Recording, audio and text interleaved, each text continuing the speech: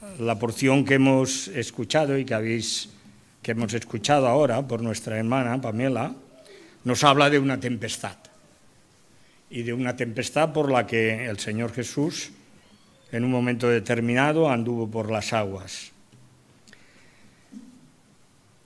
Esto fue un milagro que hizo el Señor Jesús, y este milagro, según los evangelios sinópticos y también Juan, registran todos los 4 evangelios este acontecimiento. Sucedió entre la muerte de Juan el Bautista, la alimentación de los 5.000 y luego la curación de muchísimas gentes. La muerte de Juan el Bautista, como bien sabéis, muchos de vosotros, ocurrió a manos de Herodes Antipas. Y el Señor Jesús, cuando tuvo noticia de ello, se retiró a un lugar apartado, pero la gente le siguió. Y en ese seguimiento de Jesús, viendo a las multitudes, Jesús volvió a tener otra vez misericordia y piedad por ellos. ¿Y qué hizo? Sanar a todos aquellos que habían acudido allí para que curara sus enfermedades. Pero se hizo tarde y, como bien sabéis, la alimentación de aquel número de personas, 5.000 hombres, sin contar las mujeres y los niños, trajo un poco de cabeza a los discípulos. Pues bien, todo este contexto es el que encontramos antes de este milagro del Señor. Hay otro hecho significativo que lo recoge el evangelista Juan.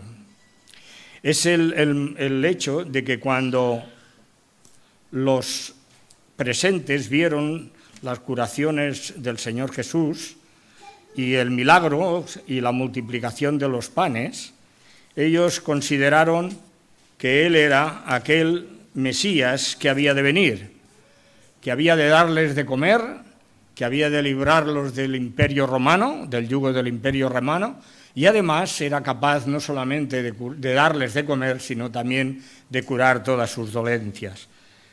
Y nos dice Juan que viendo Jesús la señal, o viendo la señal que Jesús había hecho, ellos habían pensado hacerle rey. Y el Señor, entendiendo esto, se apartó de ellos y volvió a retirarse al monte solo. Aquí, en este momento, es cuando encontramos a Cristo en su soledad, orando al Padre Celestial. No es de extrañar que en aquel momento Jesús pidiera que su Padre en realidad le diera fuerzas y valor para huir de la tentación del diablo. El diablo ya había en un momento determinado haberle ofrecido todos los reinos de este mundo, y ahora sus propios hermanos y conciudadanos del pueblo de Israel querían hacerlo rey. Jesús, como decíamos, se había apartado de ellos para evitar esa tentación. Entre tanto, los discípulos habían subido en una barca, a la cual el Señor Jesús había insistido que subieran y que se trasladaran a la otra orilla. Dice, enseguida Jesús hizo a sus discípulos entrar en la barca e ir delante de él. En realidad, al otro evangelista dice que insistió en que se fueran al otro lado del mar de Galilea. Cuando estaban en medio del mar, a unos 4 o 5 kilómetros aproximadamente, se nos dice en otro evangelista que estaban aproximadamente a unos 25 estadios. Cada estadio tiene aproximadamente unos 180 metros. Por lo tanto, ellos se encontraban en medio del mar de Galilea, en medio de del mar. De improviso se levantó una tempestad que originó grandes olas y que hicieron y azotaban a la barca. Estos fenómenos atmosféricos son muy normales en el mar de Galilea. Sus crestas escarpadas, su configuración, hace que el aire caliente que se origina en el mar ascienda hacia las alturas y se produzcan esos vientos huracanados que levantan grandes olas. Incluso son situaciones difíciles de prever, incluso para hombres acostumbrados a faenar en el mar. En el mar se encontraban Pedro, su hermano Andrés, Jacobo y Juan, hombres expertos que se ganaban la vida por la pesca. Jesús en otra ocasión había calmado una tempestad similar, pero en esta ocasión no estaba con ellos. Recordemos que estaba en el monte orando solo. Hay épocas de nuestra vida que transcurren de manera tranquilas, yo diría que casi apaciblemente. Es como si estuviéramos en un crucero marítimo y estuviéramos soslayando solamente de un bienestar, de una tranquilidad junto a nuestra familia. Mas inesperadamente se produce algún hecho o circunstancia que trastoca todo lo que es nuestro vivir cotidiano. Y como un viento tempestuoso levanta olas de rechazo, duda, desaliento, rebeldía, que trastornan no solamente nuestros pensamientos, sino que también nuestros sentimientos y en muchas ocasiones nuestra voluntad, desembocando entonces en una tribulación. Y en estos momentos seguramente no digo algo que no hayáis pasado vosotros en momentos así. Pensáis, ¿dónde está Jesús? En esta ocasión estaba en el monte. ¿Qué hace Jesús? Pues estaba orando y estaba contemplando la barca de los discípulos hacia el otro lado. Él conoce mi situación. ¿Por qué no viene a solucionar este problema o esta tribulación que tengo? No se nos dice que los discípulos estuvieran pensando esto. El título del mensaje, como no sé si habréis leído el boletín, es Jesús, nuestro auxilio en las tribulaciones. La tribulación puede ser de varias formas. Puede ser un hecho que nos moleste o que nos cree angustia, pero también puede ser por medio de una tentación. La tentación siempre es del diablo. A veces el diablo un día le pidió a Jesucristo que los dejara zarandear. Y Jesús tuvo que orar por los discípulos. El diablo os ha pedido para zarandearos, mas yo he orado por vosotros para que vuestra fe no falte. También por medio de una prueba, esas las que permite Dios en nuestra vida para fortalecer nuestra fe o realmente hacernos ver algo que tiene que mejorarse. Con la ayuda del Señor vamos a tratar, a la luz de este texto que hemos leído, de estos textos, una respuesta a cualquiera que sea nuestra situación presente o futura.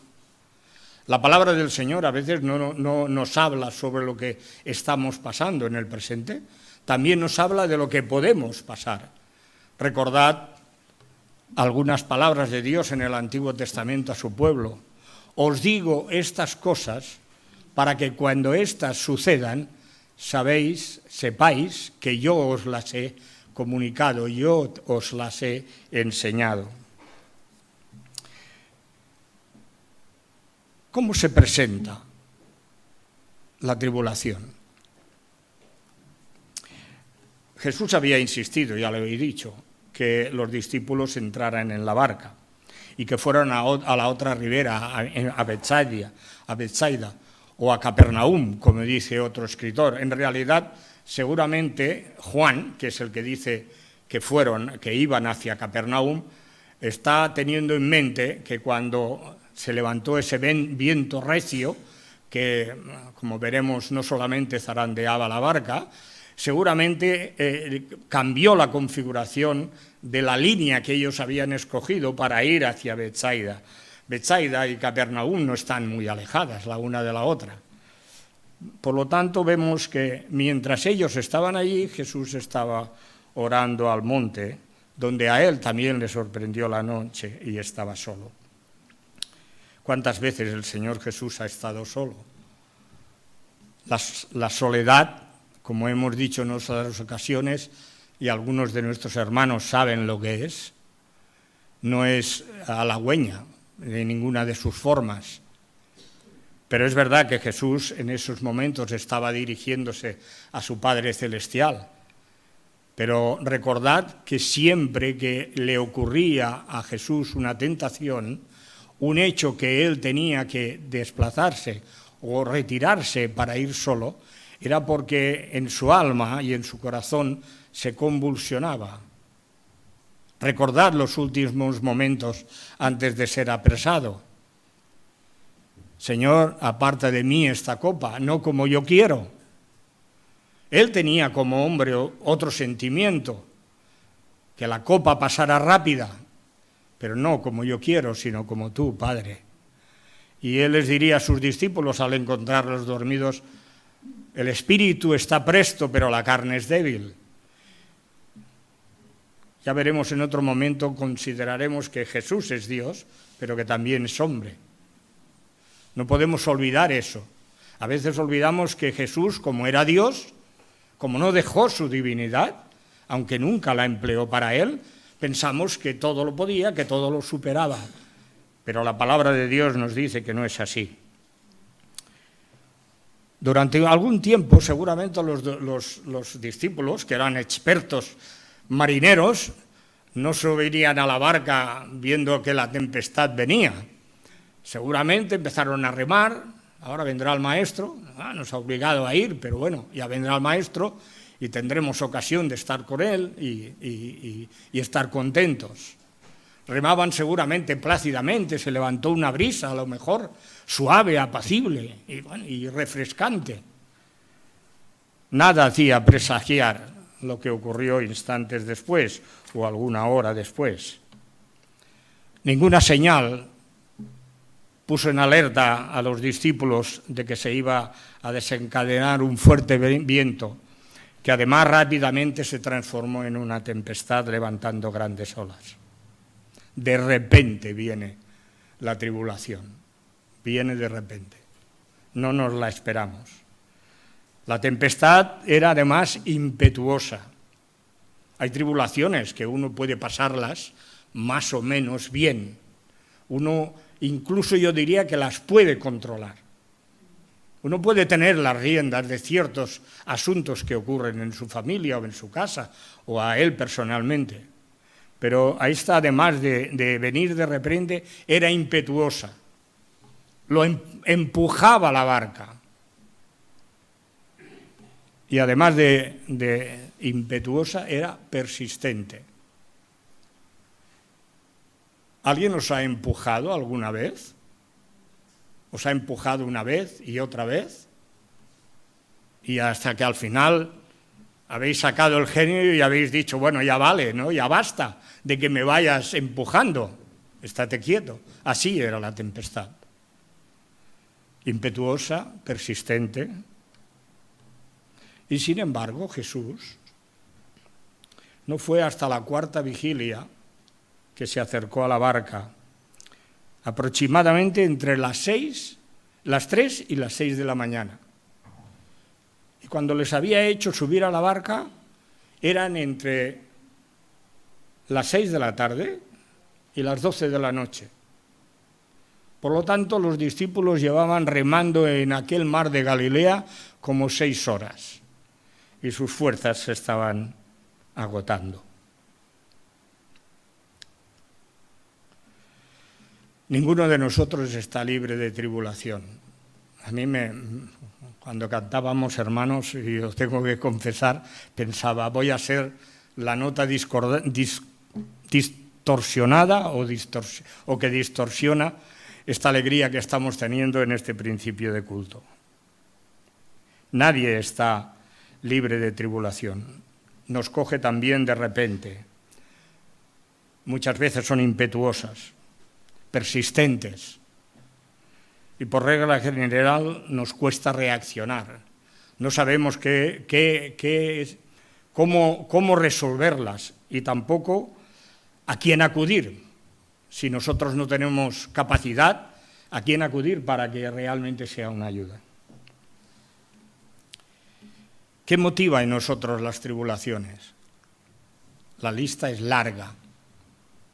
Y habéis de tener paciencia, porque también me he dejado muchísimas en el tintero. Pero las que más nos ocurren diariamente o a lo largo de nuestra vida, por ejemplo, puede ser la oposición. Nosotros podemos tener o creer que tenemos derecho a ciertas cosas, pero los que nos rodean pueden pensar lo distinto que nosotros. Y cuando nosotros las exponemos nuestras demandas, se oponen a que nosotros las consigamos. La oposición también puede venir a través de las burlas de los demás. Yo lo he comprobado en una iglesia, no en esta, pero he comprobado cómo alguien o algunas personas se burlaban de otra persona, porque en realidad era un hermano muy pesado, pero había que tener y conservarle a él la dignidad que se le merecía. Por ejemplo, fue el caso de Ana, a quien se le burlaba Penina, la otra esposa de su marido Elcana, y se burlaba de Ana porque ésta no podía tener hijos y ella sí. José, el hermoso José, el gran José del Antiguo Testamento y de la familia de Jacob, pero que con su forma de ser, con su forma de explicar sus sueños, que además eran premonitorios de lo que ocurriría en su vida, él, explicándolos a su padre, a su madre y a sus hermanos, llegó a tener enfrentamientos con su padre, su madre y sus hermanos, que estos llegaron a aborrecerle y a venderlo como esclavo a los madianitas. La oposición que sufrió Jesús a manos de los escribas y fariseos, que deseaban destruirlo porque estaba arrastrando al pueblo hacia la verdad, como diría el sumo sacerdote Anás. Otro motivo de tribulación en nuestra vida es que el pasado se haga presente. Algo hemos hecho o algo ha ocurrido en nuestra vida y en este momento hemos de volver otra vez a José. Todo el aborrecimiento y la maldad de sus hermanos, las pruebas y tentaciones que sufrió en casa de Potifar y en la cárcel, y ahora José lo había olvidado totalmente. No tenía memoria de lo que había ocurrido en su vida. ¿Por qué? Porque ahora era gobernador sobre todo Egipto. Faraón lo había elevado a esa categoría. Y él se había casado, tenía 2 hijos, a los cuales les puso esos nombres. Olvidé la casa de mi padre, olvidé todos y me hizo fructificar en tierra extranjera. Pero el pasado se le hizo presente el día que sus hermanos se presentaron en Egipto buscando trigo, porque la hambruna también había llegado a Canaán. ¿Y entonces qué hacemos? Ya sabéis las convulsiones que hubo en la vida de José. Pero él realmente fue un hombre que dependía siempre de la voluntad de Dios.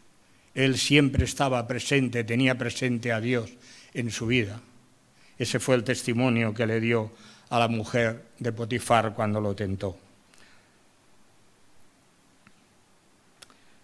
La partida de un familiar o un amigo conmueve el llanto de la viuda de Naín por la muerte de su hijo. Tanto conmovió a Jesús que dice que tuvo compasión de ella. También es notorio la pena y la tribulación de Marta y María por la muerte de su hermano Lázaro. Señor, parece como una reprensión de Marta a Jesús. Señor, si hubieras estado aquí, Jesús se había entretenido 2 días. Si hubieras estado aquí, Señor, mi hermano no hubiera muerto. Algunos de los discípulos, seguramente, es posible que fuera Juan, el que realmente hiciera la mención que en aquel momento que ellos estaban pasando por la tempestad, el Señor Jesús no estaba, estaban solos, se había quedado orando.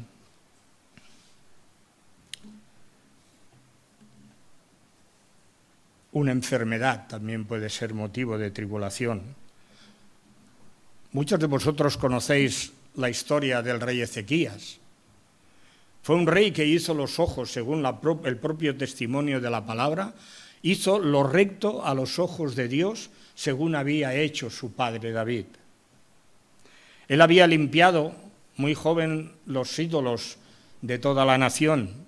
Todas las imágenes las había hecho destruir. Había hecho que las ceremonias en el templo se habían otra vez restablecido. Había derrotado a Siria, había derrotado también a los filisteos y el país estaba en paz. Y en este contexto se le acerca el profeta Isaías y le dice: ordena tu casa porque vas a morir. La reacción de Ezequías fue una reacción casi de chantaje a Dios. Señor, he hecho tantas cosas, he hecho esto, he hecho lo otro, y ahora tú, y lloró incluso, se volvió de espaldas a la pared.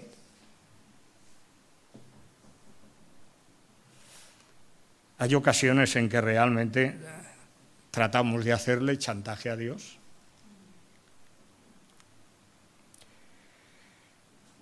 Cambios socioeconómicos. Hay personas que se pierden cuando suben de estatus. Mayores ingresos, mayores responsabilidades, fiestas, compromisos sociales. Y todo eso entra en una vorágine que realmente se los lleva como un río de los que acabamos de ver estos días en nuestro país. O al revés, cuando uno se queda sin trabajo o baja de posición social. Hay veces que cuesta. Lo que antes uno vivía holgadamente, ahora tiene que mirar el céntimo al céntimo, el día a día. O buscar trabajo desesperadamente. Cambio de residencia o vivir en un país extranjero. Nuevas amistades, nueva vivienda, nuevo trabajo, toda una carga de inseguridad y de precariedad que puede generar esta situación. Mi hijo está cambiando, se ha comprado, le comentaba a Betty que se ha comprado un piso y anda desde hace 2 meses loco. ¿Por qué? Porque cuando no hay que arreglar los tabiques, que los hay que separar, se dan cuenta que cuando abren una pared o tiran una pared, allí hay un lío, que es un caos lo que se origina. Y no te digo cuando, el otro día me comentaba mi hijo, digo, ¿cómo está tu mujer, Mari? Dice, no se le puede decir nada, están montando los muebles.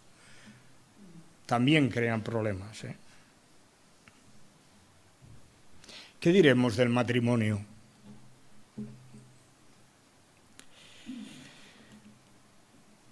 Convivir juntas 2 personalidades totalmente distintas, compartir alegrías, dificultades y un sinfín de situaciones complejas. Cuando no hay tribulación porque cuesta llegar a final de mes o hay que buscar mayores ingresos en la casa, es por culpa de los hijos, porque se pelean, porque uno defiende a uno y el otro defiende a otro. Esto es lo que ocurrió en la familia de Jacob.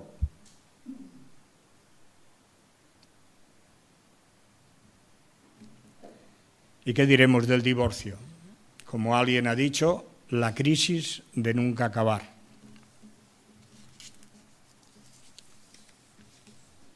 la jubilación puede ser también un problema o una causa de tribulación. Hay personas que no saben qué hacer. Uno piensa que son unos inútiles.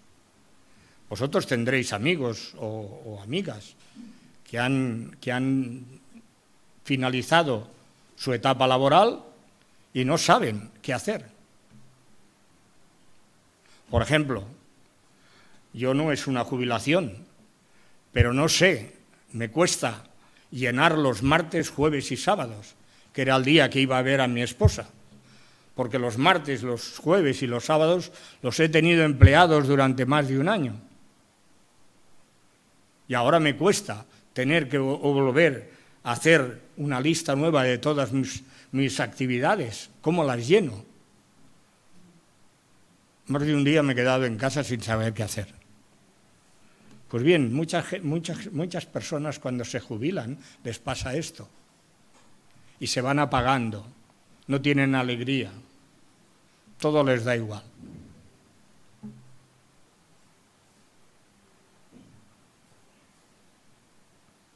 Ya sé, hermanos, que quizás estoy alargando la lista, pero es que de esto, excepto alguno de los motivos que he dicho, muy pocos, es lo que está ocurriendo en nuestra iglesia. Hay quien ha perdido familiares, hay quien tiene yernos, cuñados o primos, hermanas que están pasando por enfermedades.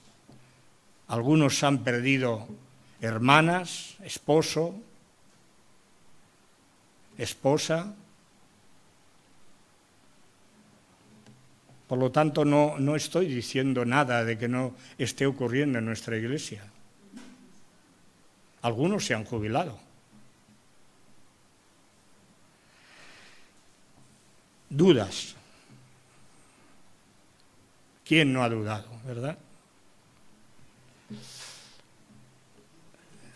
Han dudado la gente antes, hoy, y seguirán habiendo dudas en las personas en el futuro. Y en el creyente se hacen uno estas preguntas. ¿Por qué dura tanto esta duda? ¿Por qué no la puedo resolver a la luz de la palabra del Señor? ¿Por qué si estoy orando tanto al Señor, esta duda no desaparece de mi vida? Es que mi fe es tan débil que no confío en el Señor. Y hermanos, se llega a dudar no solamente del cuidado del Señor, sino también incluso de la propia salvación.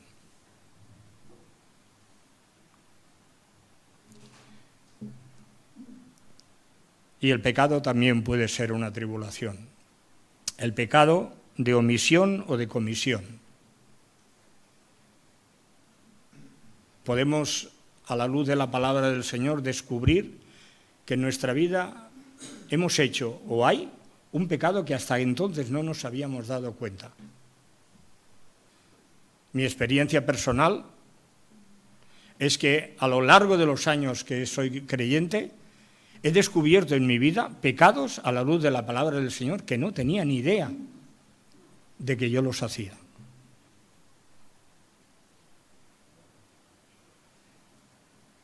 O de comisión, aquellos que somos conscientes y que nos da y que solamente Dios conoce y sentimos vergüenza y remordimiento, pero también temor de presentarnos ante Dios, que es un Dios 3 veces santo. Esta fue la experiencia de David. Él conocía la palabra del Señor. Él sabía que no se podía adulterar. Pero él dice, yo callé, escondí. Y mientras callé, se envejecieron mis huesos. Y en mi gemir todo el día se agravó la mano de Dios sobre él. Claro, una y otra vez, él recordaba la palabra de Dios. Y dice, y mi vida se convirtió en un sequedal. También de esto hemos visto en estas semanas en nuestro país a través de la televisión, la tierra resquebrajada a falta de agua. Pues así dice David, que se había vuelto su vida. Gracias a Dios, dice él, mi pecado te declaré y no encubrí mi iniquidad. Confesé mis transgresiones a ti, Señor, y tú perdonaste la maldad de mi pecado. Es hermosa también la actitud del publicano de la parábola. No quería ni alzar los ojos al cielo, sino se golpeaba el pecho diciendo, Dios, sé propicio a mí. ¿Cuántos no hemos llorado para que Dios fuera propicio a nuestras demandas de perdón? Consideremos en segundo lugar los efectos de la tribulación.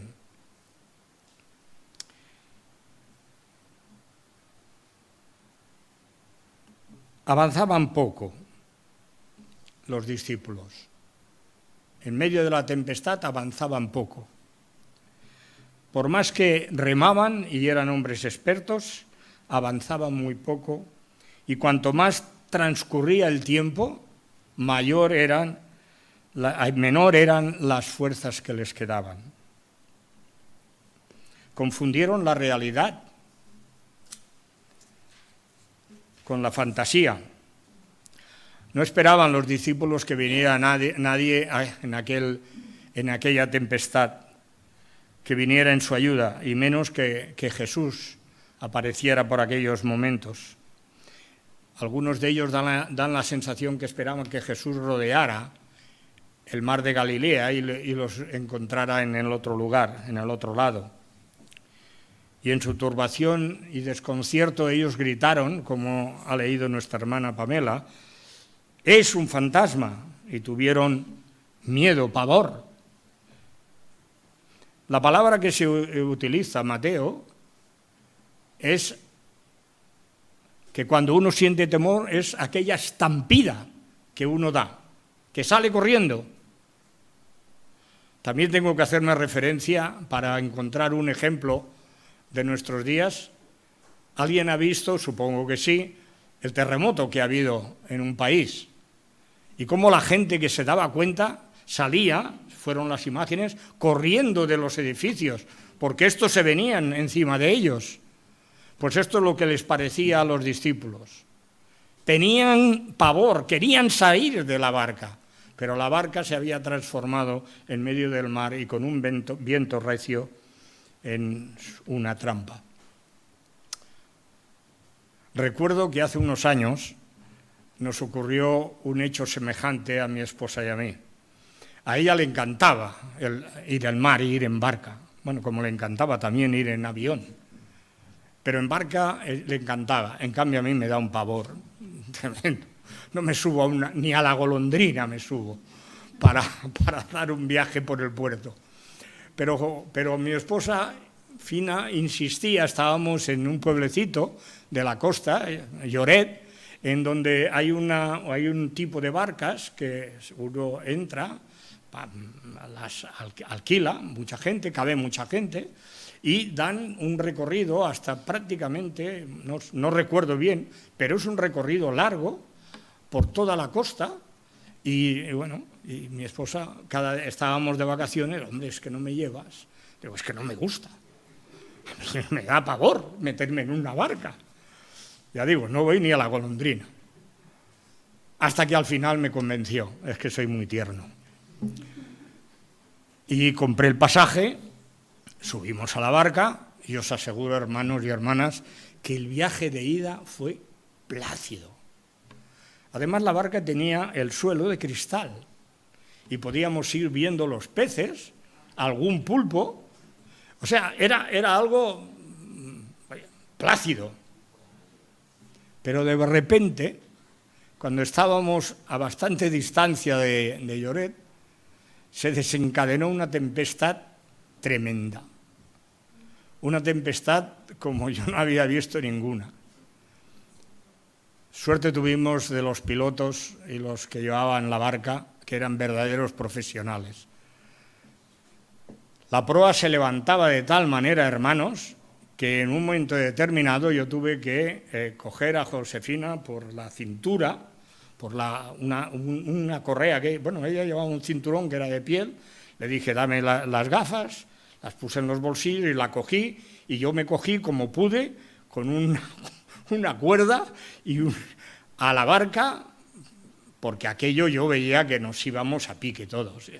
No he pasado en mi vida más miedo. Os aseguro que la proa se levantaba de tal manera que algunas veces por la parte de atrás nos entraba agua, o sea, por la popa nos entraba agua.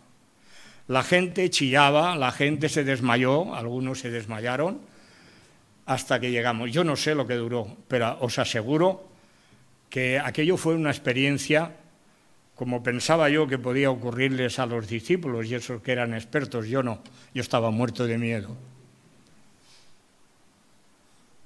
Recuerdo que cuando bajamos de la barca y ya nos habíamos serenado, le dije a Fina, ¿qué te ha parecido el viaje? Me dijo, nunca más, ¿eh? Nunca más. Y nunca más subió a una barca. A pesar de que yo, en plan de guasa, le decía, ¿quieres que coja unas entraditas y vayamos? Pero no conseguí nunca que subiera otra vez a una barca. El pánico fue tremendo, tremendo, hermanos, porque salimos de la barca mojados, etc. Muchas veces cuando estamos así confundiendo la realidad y se entra en pánico, olvidamos que el ángel de Jehová está alrededor de los que le temen y los defiende. Y el mismo espíritu con el que el ángel de Jehová estaba alrededor de los que le temen y los defiende, anidaba en el corazón de nuestro Señor Jesucristo, cuando decía, venid a mí todos los que estáis trabajados y cargados, yo os haré descansar.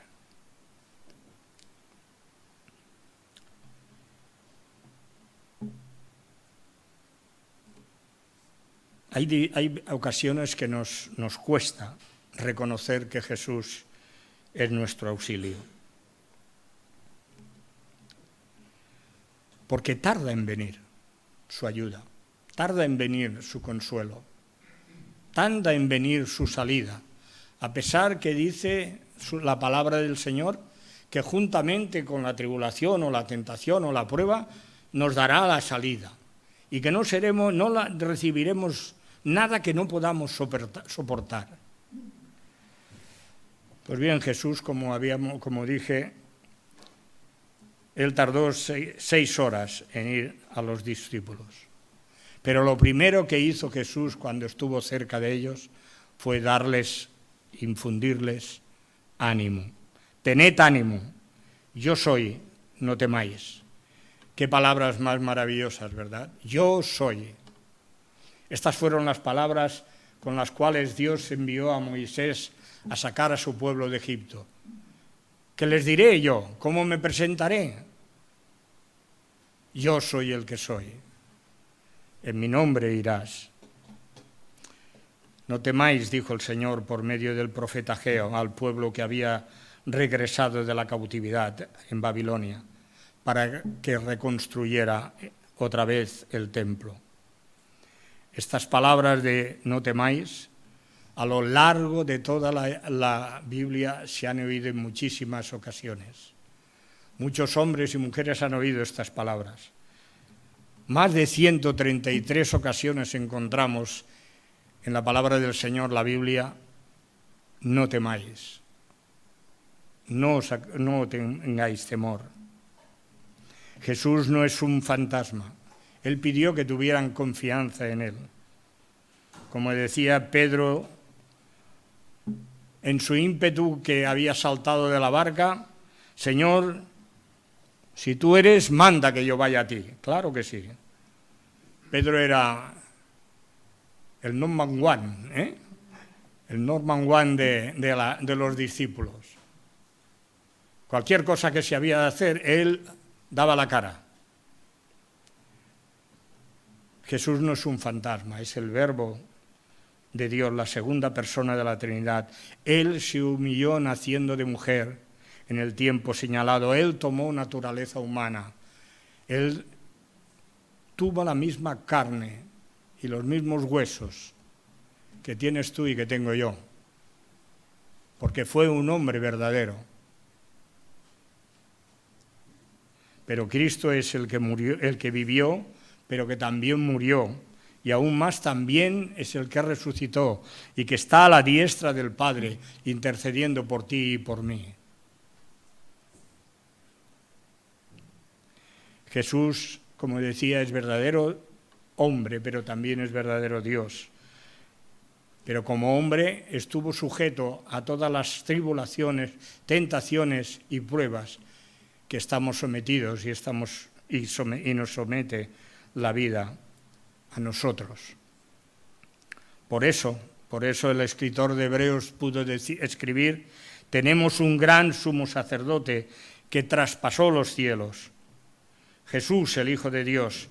Retengamos nuestra profesión de fe, retengamos nuestra confianza. ¿Por qué motivo? Porque Él es el sumo sacerdote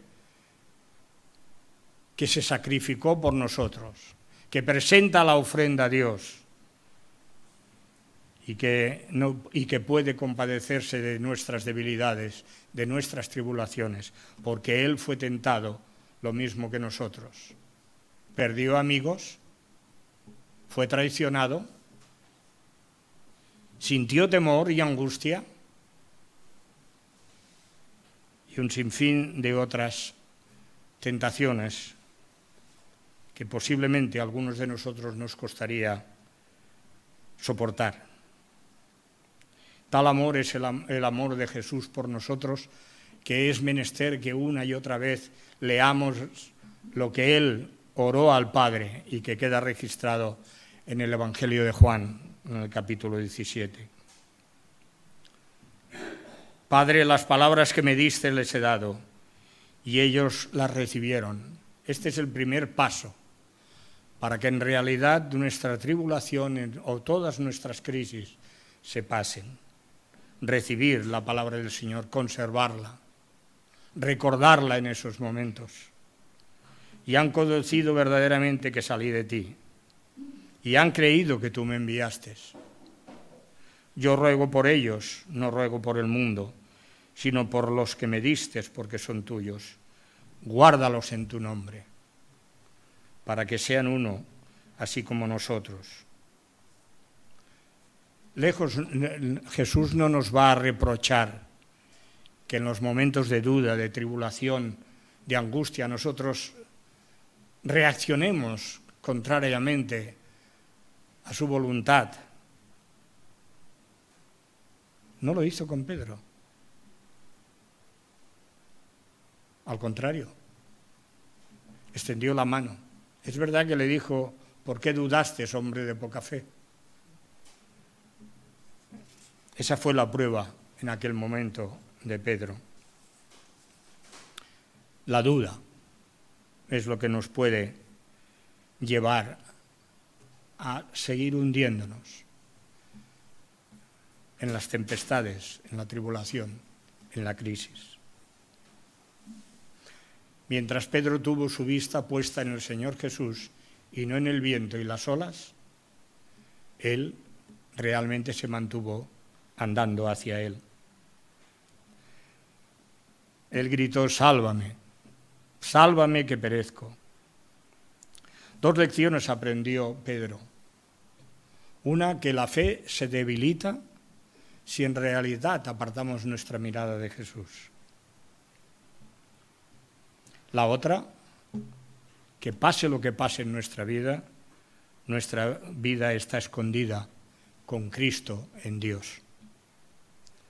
Y no olvidemos que Cristo está a la diestra del Padre, intercediendo por nosotros. Él siempre intercede por nosotros. Su propósito es darnos consuelo y ha puesto a nuestro alcance toda una serie de recursos espirituales para infundirnos ánimo y para que confiemos en sus promesas y disipemos el temor. Estamos sellados con el Espíritu Santo de la promesa desde el día que creímos en Él. Tenemos la revelación de Dios y la palabra de Jesucristo registrada en la Biblia. Los mensajes de sus siervos, de nuestros pastores, nos instruyen y nos preparan para toda buena obra. Las oraciones de los santos que interceden por nosotros. Doy gracias por los hermanos que interceden por mí. Pensad, ¿por cuántos hermanos intercedéis vosotros? Yo comentaba hace poco con un hermano que de la lista que tengo desde hace varios meses, casi un año, solamente he podido tachar 2, porque todavía los que tengo en la lista siguen con sus mismas preocupaciones o problemas. El apoyo incondicional de un hermano que sin pedir nada lo da todo. Bienaventurado el hombre a quien Dios corrige y en su ley lo instruye. Consuela las palabras de Jesús a los discípulos: ya no os llamaré siervos, porque el siervo no sabe lo que hace su Señor, pero os he llamado amigos, porque todas las cosas que oí de mi Padre os las he dado a conocer. Pero ahora que el Señor está a la diestra de la majestad de Dios, dice la palabra de Dios que no tiene ningún temor en llamarnos hermanos. No somos amigos, hemos dejado de ser, no somos siervos, hemos dejado de ser amigos para pasar a ser hermanos. Y como una vez le preguntaron a un niño muy pequeño que llevaba a un hermano muy mayor que él, le dijeron: ¿cómo es que llevas tú a tu hermano que es mucho mayor? Dice: es que está herido y lo llevo para que lo curen. Se hacen cosas sin pedir nada a condición. Pongamos por obra las palabras de Jesús que ya se han leído. Venid a mí todos los que estáis trabajados y cargados, yo os haré descansar. Llevad mi yugo sobre vosotros y aprended de mí, que soy manso y humilde de corazón, y hallaréis descanso para vuestras almas, porque mi yugo es fácil y ligera mi carga. Cada una de estas palabras es un mensaje. ¿De qué estás trabajado y cargado, hermano y hermana? No sé, algunos sí que conozco algo, pero lo que conozco más es mi carga y mi trabajo. Y Jesús, su promesa es: yo os haré descansar. El yugo de Jesús es un yugo de amor, de misericordia, de cuidado. Pero para llevar el yugo de Jesús es aprender de Jesús. Aprender de su carácter, de su humildad, de su amor, de su misericordia.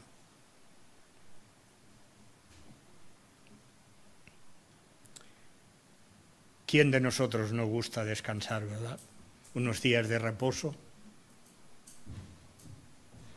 Me comentaban 2 de mis hijos: papá, nos vamos fuera, porque necesitamos descansar, porque no dormimos y necesitamos que estos momentos pasen. El yugo de Jesús, aunque nos parezca que puede ser pesado, es siempre fácil. Mi paz os doy, no como el mundo la da, yo os la doy. Y cuando vivimos a esa altura, vemos que la carga de Jesús es ligera. Los 2 versículos que no se han leído, el 32 y el 33, dice que cuando ellos subieron, Pedro y Jesús, a la barca, el viento se calmó y entonces los que estaban en la barca vinieron y le adoraron diciendo: verdaderamente eres el Hijo de Dios. Imitémosles, hermanos. Imitémosle. Seamos tan agradecidos que cuando realmente el Señor conteste o nos libre de nuestras cargas, de nuestras tribulaciones, le demos gracias. Reconozcamos que Él es el Hijo de Dios. Reconozcamos su poder, su cuidado, su amor. Y unámonos con este sentir al salmista, que es una de las canciones que hemos cantado, el Salmo 46. Dios es nuestro amparo y fortaleza, nuestro pronto auxilio en las tribulaciones.